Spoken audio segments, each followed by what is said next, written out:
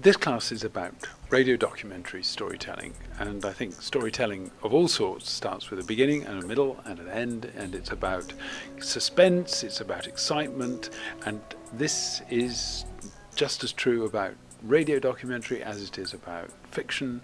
And I hope that introducing the class to some of the tools and techniques that we use in the BBC and elsewhere in documentary storytelling, I hope by the end of the 2 days people will have some fresh ideas.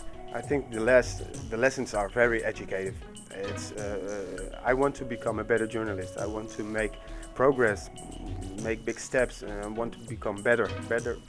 Yeah, I already noticed that there are many tips, tricks, and lessons, tools that you can use to become a better journalist. And I really like to hear examples of those tips and tricks. And, it's really an honor to get these lessons from this man. Can you tell us something about yourself? You're working for the BBC?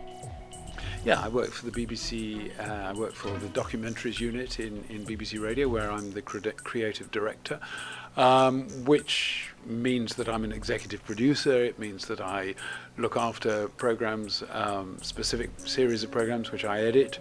I actually make programs myself as well, and I do a lot of training and look after the creative development of our unit and the department as a whole. The work I'm doing here is a collaboration between the BBC Academy, which is our internal training organisation, and Diem, an organisation here in the Netherlands. And the two companies are working together to create a training opportunity for young Dutch people. J'aurais un petit peu vu avec elle qu'est-ce qu'on peut faire, quoi. Voilà. Well, I really like the part of how you could use silence in your items. And as well, I liked the ways he makes use of sounds, like recording different sounds on the streets or just using specific music. The interview was ruined by this priest coming in, by this tramp coming in. And actually, these brilliant program makers did this all the way through. So he's part of the community.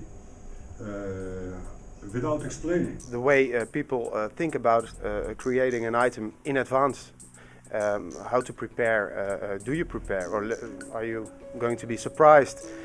That is something that's very useful to talk about. I want them to be excited. I think that one of the things that I get when I make radio programs is a sense of real excitement, a sense of the unknown, because in a way that every time you make a program, it's a new venture, it's something new. And that sense of excitement when you stand in front of a program, you've got the material and you think, now how am I going to tell this story? What's the story I'm telling and how am I going to tell it?